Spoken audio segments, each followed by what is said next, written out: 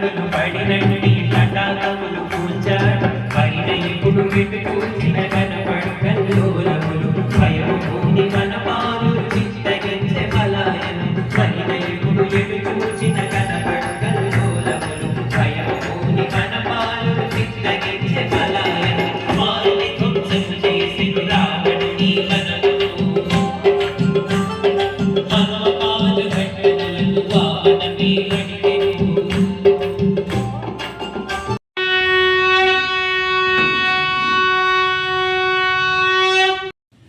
అయ్యవారు అటువంటి దర్శనం చేసుకోబోతున్నారన్నమాట. అది సత్వరమే కాకపోయినా తను వెళ్లేలోపు అటువంటి దర్శనం తప్పకుండా అయ్యవారికి దొరుకుతుంది, మనకి దొరుకుతుంది. అటువంటి దర్శనం కావాలి అని కోరుకుంటున్నాను.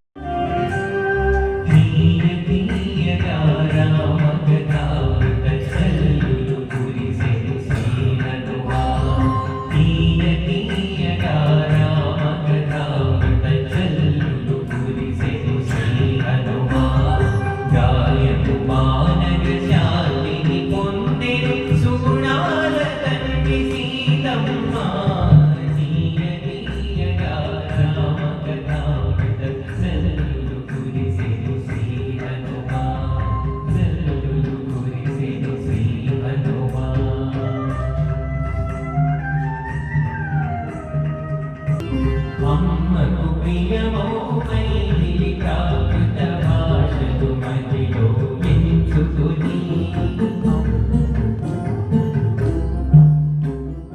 అమ్మకు ప్రియమో మైథిలి భాషలు మదిలో ఎంచుకొని కమ్మని స్వరములు తెమ్మెర తీరున జననికి సాగర కూచంగా కమ్మని స్వరములు తెమ్మెర తీరున జననికి సాగర కూచంగా తీయ తీయగా రామకథామృత జల్లులు కురిసెను శ్రీ హనుమా జల్లులు కురిసెను శ్రీ హనుమా ప్రకృతి గల మహాతపస్సుల హృదయములు మేల్కొల్పే రీతిగా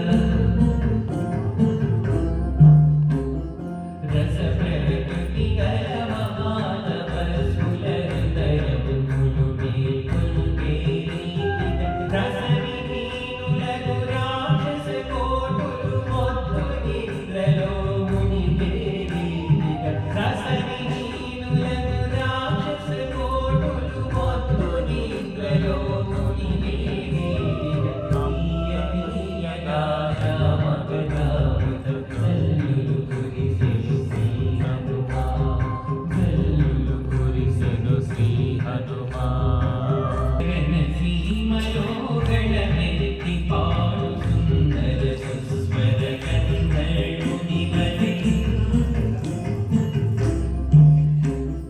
గగన సీమలో గళమెత్తి పాడు సుందర సుస్వర కంఠుని వలె తను పొడిపించి జానకి తనువును చల్లని రాముని తలము వలె తను పొడిపించి జానకి తనువును చల్లని రాముని తలము వలె తీయ తీయగా రామకథామృత జల్లులు కురిసెను శ్రీ హనుమా తీయ తీయగా రామకథామృత జల్లులు కురిసెను శ్రీ హనుమా గాయము మానగ శాంతిని పొందే సుగుణాల తండ్రి సీతమ్మ తీయ తీయగా రామకథామృత జల్లులు కురిసెను శ్రీ హనుమా జల్లులు కురిసెను శ్రీ హనుమా.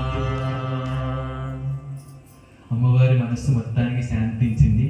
మనస్సుకి అద్దబడిన గాయాలు లేదా చేయబడిన గాయాలన్నీ కూడా మందు పూయబడడం చేత ఏమందిది రామకథామృతం అనబడు మందు పూయటం చేత అన్నీ సమసిపోయాయి. చల్లగా ఇప్పుడు చిరునవ్వు చిందిస్తున్నారమ్మ, ఎందుకంటే పైనుంచి రామకథ వినిపించింది అమ్మకి. అప్పుడు అమ్మవారు దివ్యమైన దర్శనాన్ని హనుమంతుల వారికి మళ్ళీ వసుకుతున్నారంటే పెట్టుకోండి, మొత్తం శ్లోకం గుర్తుండకపోయినా. 1 చంద్రరేఖగా దర్శనమిస్తున్నారు హనుమంతుల వారికి, 2 బంగారు రేఖగా, హేమరేఖగా దర్శనమిస్తున్నారు, అంటే బంగారు తీగగా దర్శనమిస్తున్నారు. పూర్తి బంగారు ముద్దగా కాదు, అలాగే పూర్తి నిండు చంద్రుడిగా కూడా కాదు. నెలరేఖ అంటే నెలవంక అని గుర్తుంచుకోవచ్చు. ఆ తర్వాత క్షత ప్రరూఢాం ఇవ బాణరేఖ, బాణపు ములుకుల బాణరేఖలా దర్శనమిస్తున్నారు. పూర్తి బాణంలా కాదు, మళ్ళీ బాణపు ములుకు. ఆ తర్వాత వాయు ప్రభిన్నాం ఇవ మేఘరేఖ, వాయువుల చేత చెదరగొట్టబడిన మేఘల్లా దర్శనమిస్తున్నారు, మేఘరేఖలా దర్శనమిస్తున్నారు. ఇప్పుడు వీటి నాలుగింటికి 4 అర్థాలు చెప్పుకొని ముందుకు వెళ్ళిపోదాం. అసలు అర్థాలు చెప్పుకోకుండా ముందుకు వెళ్ళలేము. అందుకని నేను ఇందాకే వస్తూ ఉండగానే తమ్ముడికి చెప్పాను, తమ్ముడు ఈ వివరణ ఎవ్వరికి అర్థమైనా అర్థం కాకపోయినా నేను మాత్రం చెప్పుకొని పులకిస్తాను అని చెప్పి. అప్పుడు తమ్ముడికి చెప్పాను, ముందు ఈ వివరణ నీకు అర్థం అవుతుందా వివరణ అంటే, చాలా చక్కగా అర్థమైంది అన్నయ్య, అర్థం చేసుకోలేని వాళ్ళు ఎవరు, అందరూ నువ్వు ఇలా చెప్తే తప్పకుండా అర్థం చేసుకుంటారనే భరోసా కలిగించాడు తమ్ముడు. కాబట్టి నేను ఆ ధైర్యంతోనే ఇప్పుడు ఈ వివరణ మీకు చేస్తున్నాను. మొట్టమొదటి ఏమనుకున్నా, ముందు రేఖ, నెలరేఖ. నెలరేఖ అంటే ఎందుకు నెలరేఖగా దర్శనమిస్తున్నారు అమ్మవారు అంటే, రామ విరహం చేత చిక్కి శల్యమైపోయారమ్మ. చిక్కి శల్యమైపోవడం చేతనే నెల వంకగా చిన్నగా దర్శనమిస్తున్నారు, పూర్ణ చంద్రుడిగా అందుకనే దర్శనమివ్వట్లేదు, నెలరేఖగా దర్శనమిస్తున్నారు. మరి నెలరేఖగా దర్శనమిస్తుంటే తన పాలిట వెన్నెల ఏమిటి? నెలకు వెన్నెల ఉంటుందిగా, నెల వెన్నెల బాగుంది. చంద్రుడికి వెన్నెలు ఉన్నట్టే బంగారు రేఖ అనుకున్నాగా, బంగారు తీగ. ఎందుకు బంగారు ముద్ద కాదు బంగారు రేఖ అంటే చిన్నగా చెప్పేస్తాను. అమ్మవారు ప్రస్తుతం గ్లాని పొంది ఉన్నారు, దుఃఖం పొంది ఉన్నారు కాబట్టి ఆవిడలోని భావం అంత ప్రస్ఫుటంగా ఆనందం వ్యక్తం కావట్లేదు. ఆనందం ఉన్నది కానీ ఇది ఆనందమా కాదా అని చూసే వారికి సందిగ్ధ స్థితి ఏర్పడుతుంది. అందుకని బంగారు ముద్దగా కాకుండా బంగారు తీగగా దర్శనమిస్తున్నారు. బంగారు రేఖ ఎందుకు దర్శనమిస్తున్నారు అంటే, రేపు జరగబోతున్న పట్టాభిషేకం తర్వాత తన పాతివ్రత్య మహాత్మ్యం చేత సూర్యవంశ కీర్తిని స్థిరీభూతం చేస్తారు, ఆవిడ స్థిరం చేస్తారు, బంగారుమయం చేస్తారు సూర్యవంశ చరిత్రని. లవకుశుల్ని రాముల వారికి ఇచ్చి, రాముల వారి పక్కన సీతమ్మ నుంచుంటే సీతారాములు అని యుగ యుగాలు కొలుసుకోబోతారు. అందుకని సూర్యవంశ చరిత్రను బంగారుమయం చెయ్యబోతున్నారు కాబట్టి చెయ్యునది గాన సీతమ్మ వారు ఇప్పుడు ఎలా దర్శనమిస్తున్నారు హనుమంతుల వారికి? బంగారు రేఖగా, బంగారు తీగగా దర్శనమిస్తున్నారు. మరి మూడో దర్శనం ఏమిటి అంటే, బాణరేఖగా దర్శనమిస్తున్నారు, బాణపు ములుకుగా దర్శనమిస్తున్నారు. ఎందుకు అంటే, రేపు జరగబోయే యుద్ధం గురించి ముందే ఊహించారేమో హనుమంతుల వారు. ఒకవేళ యుద్ధం కానీ జరిగితే అందులో రాక్షసులందరూ మడిసిపోవడం తప్పదు, అందరూ మడిసిపోతారు. దానికి నాందీభూతం ఏమైంది? అమ్మవారే కదా, అమ్మవారి శోకమే నాందీభూతమైంది. కాబట్టి రాక్షసుల గుండెల్లో దిగే ములుకుగా అమ్మవారు బాణరేఖగా దర్శనమిస్తున్నారు. ఇదేంటి మూడో దర్శనం. మరి ముచ్చటగా 4వ దర్శనం ఏమిటంటే మేఘరేఖ. అంటే వాయువు చేత కొట్టబడిన మేఘరేఖ అంటున్నారు, చెదిరిపోయిన మేఘాలు. అంటే తేలిగ్గా అర్థం చేసుకోవాలంటే, ఇందాక నిన్నటి రోజున చెప్పుకున్నామే, అసురుడు వచ్చి నానా దుర్భాషలు ఆడాడు రావణాసురుడు అమ్మవారితో అన్న భావనతో ఉన్నదమ్మ. అంటే రాముడు వస్తాడా లేదా అన్న సందిగ్ధ స్థితిలో ఉంది, పరిపూర్ణమైన ధైర్యం కలిగిలేదు. అలా పరిపూర్ణమైన ధైర్యాన్ని కలిగి లేదు కాబట్టి అమ్మవారు మేఘరేఖగా దర్శనమిస్తున్నారు. 4 భావాలు అర్థమయ్యాయని అనుకుంటున్నాను. అర్థం కాకపోతే మళ్ళీ చివరిలో చెప్పుకుందామే. మొదటిది ఏంటి? అవ్యక్త రేఖాం ఇవ చంద్రరేఖాం పాంచు ప్రదిగ్ధాం ఇవ హేమరేఖాం, అంటే మసి అంటిన బంగారు తీగలా ఉన్నది. తర్వాత క్షత ప్రరూఢాం ఇవ బాణరేఖాం, అంటే విరిగిపోయిన బాణపు ములుకులా కనిపిస్తున్నది. కానీ బాణపు ములుకే సుమా, బాణపు ములుకు విరిగిపోయిందని ముట్టుకోవద్దు, వీలు తెగిపోతుంది. లేదా ఎవరి గుండెలను గుచ్చుకొట్టే వాళ్ళ పాలిటి యమపాసం అవుతుంది ఆ బాణపు ములుకు. కాబట్టి వాయు ప్రభిన్నాం ఇవ మేఘరేఖ.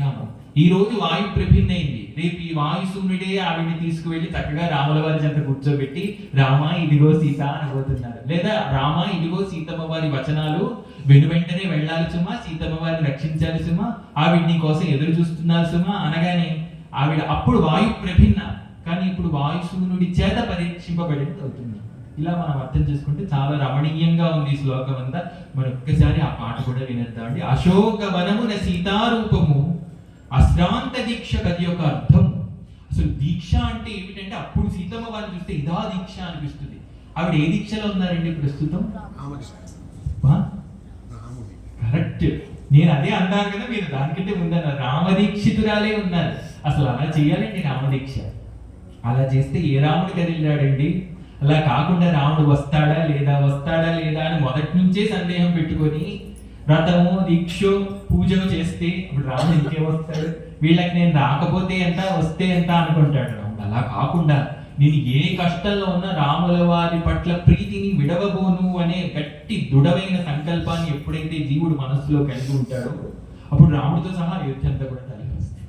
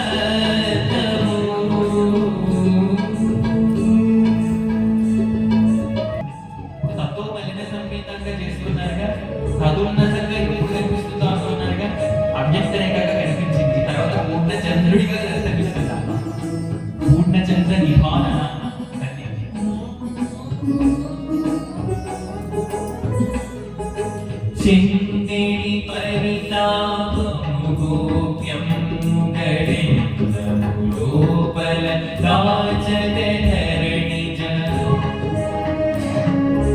చిందేడి పరితాపము గోప్యం గడెందము లోపల దాచదే ధరణి జను. చంద్రరేఖయై గిరిసిడి మోమున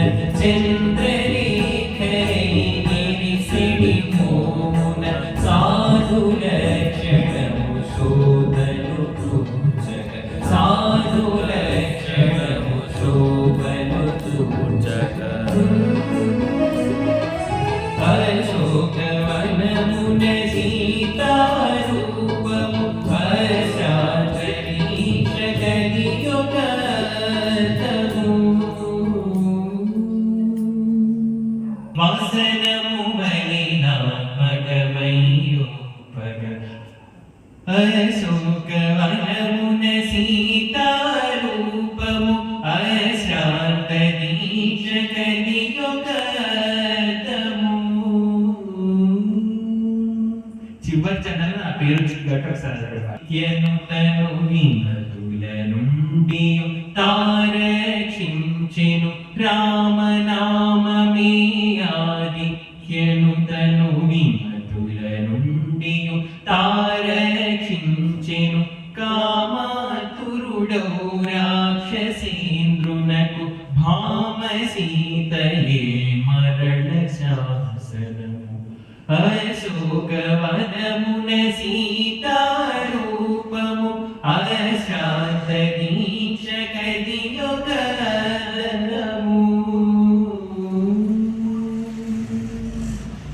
రామకథను పాడారు హనుమ. రామకథ వినగానే అమ్మవారికి ఎక్కడలేని సంతోషం కలిగింది మనస్సు బాగా కాగిపోతూ ఉంటే ఎవరో చల్లని పన్నీటిని చల్లినట్టుగా అనిపించింది అమ్మవారికి. అరే, ఇంత రాక్షస రావణ లంకలో ఇంత మధురంగా రామనామాన్ని రామకథని చెప్పిన పుణ్యాత్ముడు ఎవరు అని అటు ఇటు చూశారు. ఎవ్వరూ కనిపించలేదు. కిందికి చూశారు, ఎవ్వరూ కనిపించలేదు. మరి ఇక్కడ చూడడానికి బాకీ ఉన్న దిశ పైన కాబట్టి పైకి చూశారమ్మ. అక్కడ మానరోత్తముడైన హనుమ దర్శనమిచ్చారు అన్నమాట. వెంటనే అమ్మవారు భయచిత్తురాలయ్యారు. చకితత్వాన్ని పొందారు, భయాన్ని పొందారు. ఎందుకంటే కలలో కోతి కనిపించకూడదు సుమా. అలా కనిపిస్తే తన వారికి కీడు చేకూరుతుంది. అందుకని వెంటనే ఇంద్రాది దేవుళ్లను తాను సంస్మరించి మనస్సులో పూజించుకొని అర్చించుకొని నా వారికి ఎవ్వరికి కూడా కీడు జరగకుండా మీరు కాపాడాలి అని కోరుకున్నాను. తన వారికి ఎవ్వరికి కీడు జరగదంటే తనకు కూడా కీడు జరగదన్నట్టే. అలా కోరుకున్నది అమ్మ. చాలా చమత్కార స్వభావం. అలా కోరుకున్న తర్వాత ఒక మాట అనుకున్నారమ్మ. ఇక్కడ మన హృదయం ద్రవించలేదు. అంటే పిచ్చిదాన్ని కానీ కలలో కోతి కనపడాలి అంటే నేను నిద్రపోవాలి కదా. నేను నిద్రకు దూరమై దాదాపుగా 10 నెలల కాలం జరిగిపోయింది. నాకు నిద్ర పడితే కదా కల వచ్చేది. నేను నిద్రపోవట్లేదు కాబట్టి ఇది కల కాదు. కాబట్టి నేను చూసిన దృశ్యం నిజమే.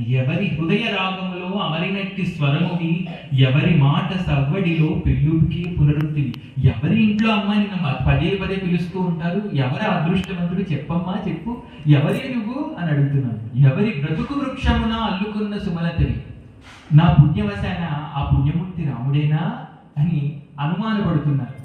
ఎవరి జీవనోద్యానము నాడిపాడు కోయిలవి, చెప్పమ్మా చెప్పమ్మా ఓ బంగారు బొమ్మ, నీ వివరం తెలిస్తే నేను చాలా సంతోషిస్తానమ్మా, దయచేసి చెప్పు, ఆ మౌనాన్ని కాస్త కట్టిపెట్టు అంటుంది. ఆ మౌనాన్ని కట్టిపెట్టు అంటూనే కాస్త నీ చీరజంగు చేత కళ్ళు తుడుచుకుని నన్ను అనుగ్రహించమ్మా, చిరుమందహాసం చెయ్యవమ్మా అంటూ పాడుతున్నారు పాట. పిల్ల గాలిలాలి మనస్సును తాకుతుందని అందరూ హాయిని శాంతిని సౌఖ్యాన్ని పొందుతారు. ఇదే నాదయోగం, ఇదే శ్రవణ యోగం. ఇంతకంటే ఉంటుందా మరో యోగం? ఇంటి దీపము ఎవరి కంటి పాపము, వివరమును తెలుపమ్మా విచారములు వలదమ్మా. ఎవరి ఇంటి దీపము ఎవరి కంటి పాపము, వివరమును తెలుపమ్మా విచారములు వలదమ్మా. ఎవరి ఇంటి దీపము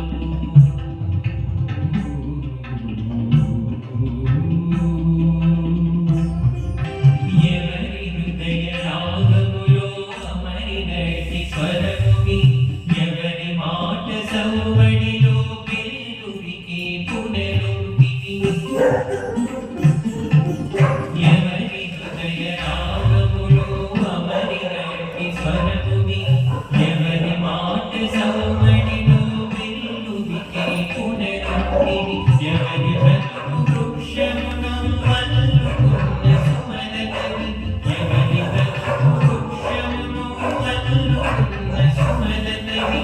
ఎవరి జీవనోద్యానము నాడిపాడు కోయిలవి.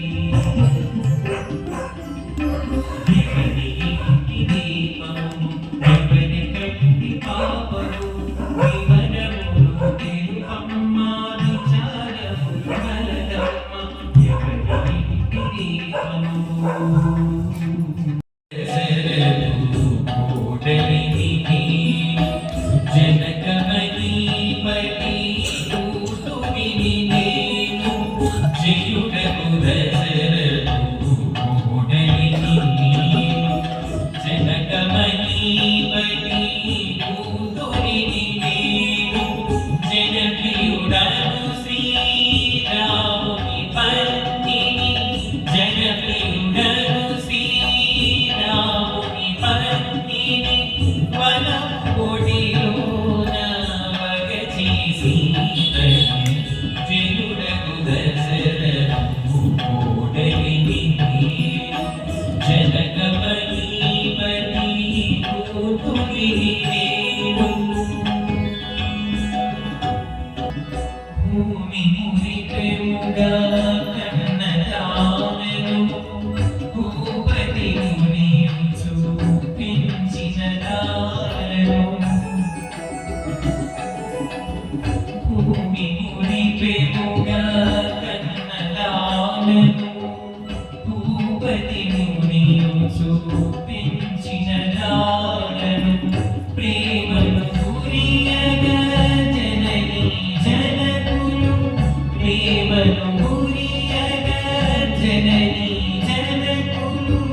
జీవితమునే గడిపిన దానను, జీవితమునే గడిపిన దానను. జయుడకు దశరథు కోడలిని జనకమణిపతి కూతురిని నేను. ఇంకా ఇంకా నేను ఎన్నో వసంతాలు నా చెలికత్తెలతో బాగా ఆటలాడుకున్నాను, కోపంతులతో గుర్తు చేసుకుంటాను. అమ్మ గడిచిన స్మృతులు అన్నిటికీ మనకు కావలసిన వాడిని ఎవరైనా దగ్గర నుంచి పలకరిస్తే అన్ని గుర్తొస్తాయి. అమ్మకి అందరికంటే కావలసిన వారు హనుమంతుల వారు, ఆయన వచ్చారు కదా అన్ని గుర్తొస్తాయి. చెలులతో సకులతో పాడిన దానను, చిలిపి హాస్యముల నవ్విన దానను. చెలులతో సకులతో పాడిన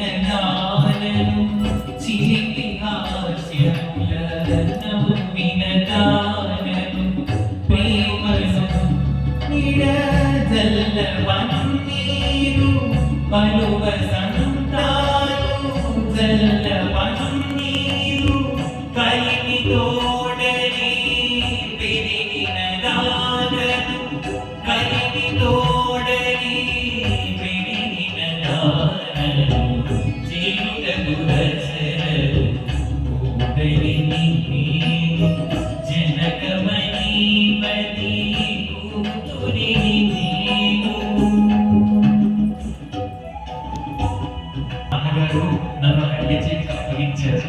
ఆయన పేరు రామచంద్రమూర్తి, అయోధ్యావాసి. ఆయన చెయ్యి పట్టుకుని వందనములు వారి జాక్షి రామదయకు ఇదియ సాక్షి వందనములు వారి జాక్షి రామదయకు ఇదియ సాక్షి పొందినాను ప్రసాదమును తల్లి సీత అనుగ్రహమును తల్లి సీత అనుగ్రహమును నీ బలమును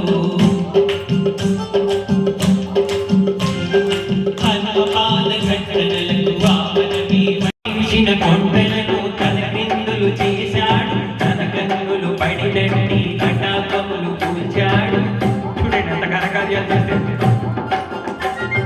కనిపించిన కొండలను తన బిందులు చేశాడు తన కన్నులు పడినట్టి కటాకములు పూచాడు. పైన ఇప్పుడు చూసిన